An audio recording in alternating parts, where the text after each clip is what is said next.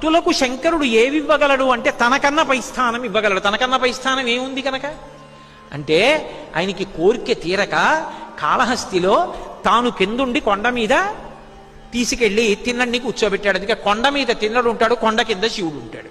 ఉరి నేను కింద ఉంటాను, నువ్వు పైన ఉండరా అన్నాడు. భక్తులంటే ఆయనకి అంత ప్రీతితో వ్యవహరించి భక్తులకు అన్నీ ఇవ్వగలడు.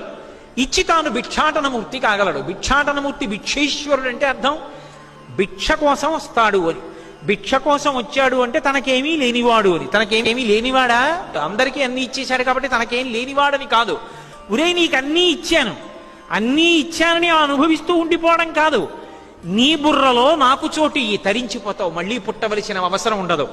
నీ బుద్ధిని నా చేతి కపాలంలో భిక్షగా పెట్టరా అని భిక్షాటనమూర్తి మన ఇంటి ముందుకొచ్చి నిలబడతాడు మహానుభావుడు ఉదారుడై.